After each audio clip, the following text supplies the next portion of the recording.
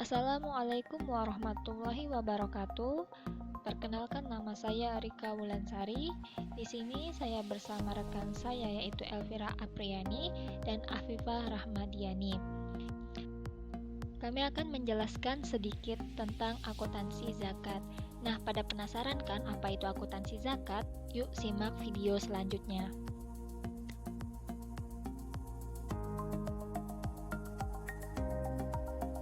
Kak, tahu nggak sih apa itu akuntansi zakat? Enggak. Tahu akuntansi zakat enggak? Akuntansi zakat? Aku kurang tahu sih ya.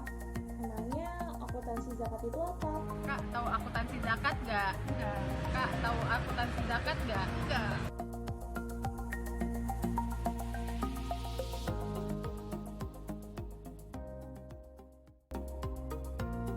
Zakat menurut PSAK nomor 19 adalah harta yang wajib dikeluarkan oleh muzaki sesuai dengan ketentuan syariah untuk diberikan kepada yang berhak menerimanya, mustahik.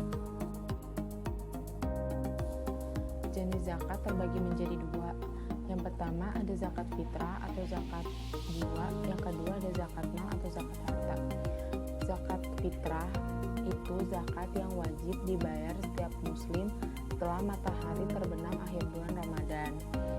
Sedangkan zakat mal itu zakat yang boleh dibayarkan pada waktu yang tidak tertentu.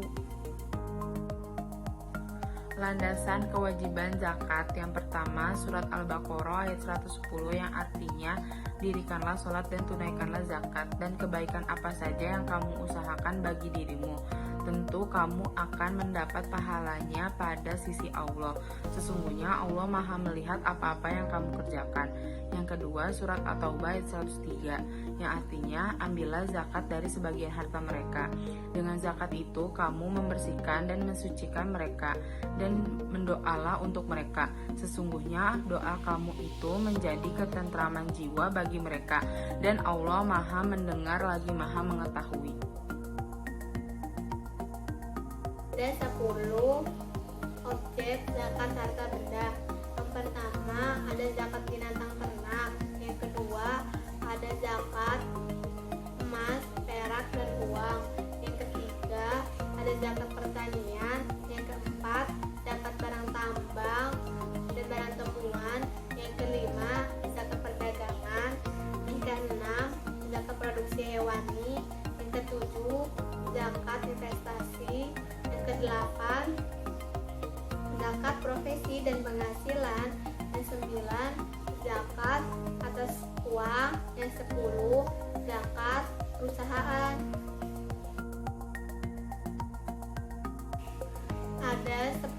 Ada 8 golongan yang berhak menerima zakat. Yang pertama ada fakir, yang kedua ada miskin, yang ketiga amilin, yang keempat mualaf, yang kelima orang yang berhutang, yang keenam orang yang belum merdeka, yang ketujuh orang yang berjuang di jalan Allah, yang kedelapan orang yang menuju jalan Allah. Berdasarkan PSAK 109, untuk pengakuan awalnya, penerimaan zakat diakui pada saat kas atau aset lainnya diterima. Sedangkan zakat yang diterima dari muzaki diakui sebagai penambahan dana zakat. Jika dalam bentuk kas, maka sebesar jumlah yang diterima. Jika dalam bentuk non-kas, maka sebesar nilai wajar aset non-kas tersebut.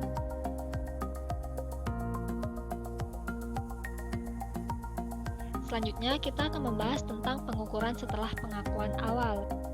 Jika terjadi penurunan nilai aset sebagai pengurang dana zakat, itu berarti bukan disebabkan oleh kelalaian amil.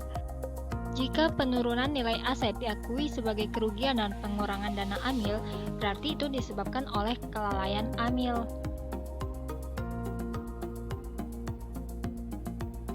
Selanjutnya yaitu penyaluran zakat.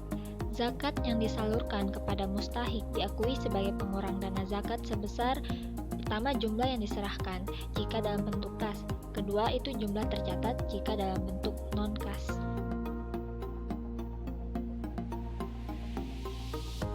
Nah, sekarang kita masuk ke jurnal akuntansi zakat untuk lembaga. Zakat yang diterima diakui sebagai dana amil untuk bagian amil dan dana zakat untuk bagian non-amil. Jurnalnya yaitu zakat amil. Ini jurnalnya debit di dana zakat, di kredit dana zakat amil. Untuk jurnal zakat non-amil yaitu dana zakat di debit pada dana zakat non-amil di kredit.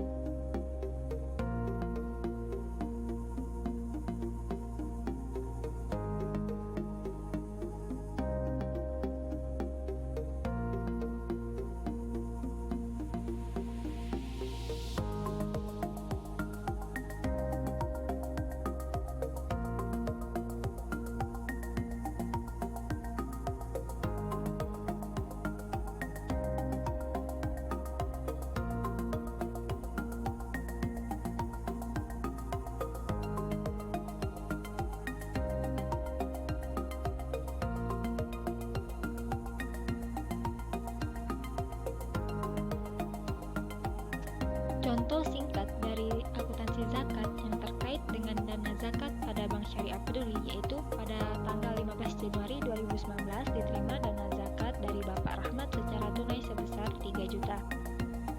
Nah, jurnal dari transaksi tersebut yaitu K sebesar 3 juta di debit pada dana zakat sebesar 3 juta di kredit.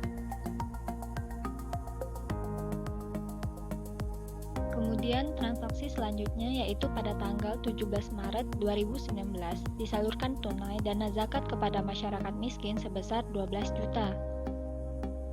Nah, jurnalnya dana zakat di debit sebesar 12 juta pada kas di kredit yaitu sebesar 12 juta.